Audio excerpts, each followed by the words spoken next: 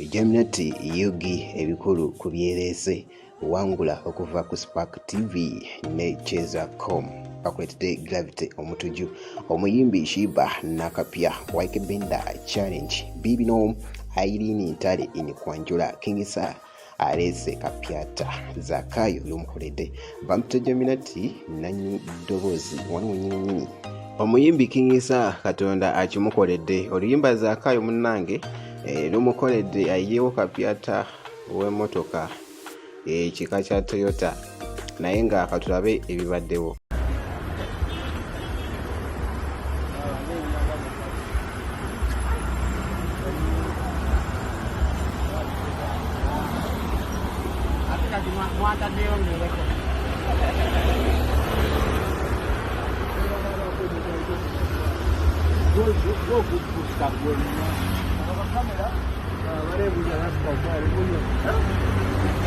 Ate nga nkuzizaako ebyabadde ebwembajja ku mukolo gwa Justin ne Regina munnange banyenyezaamu ku gaali benjole ku luyimba lwa Irene Ntale olwa Godam. Katulabe ebyabaddeyo.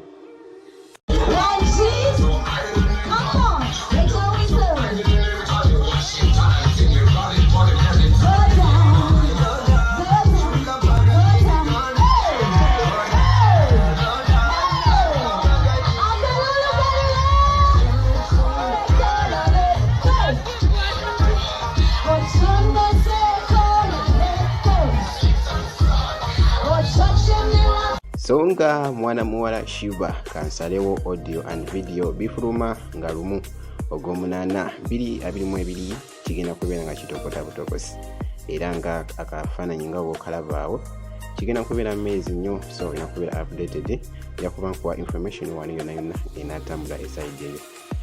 Ensonga omuyimbi waikebenda atulaze mashuwa nkufiiringa challenge ebadde kiriya wali wonna naye nga bwekiti bwekibadde.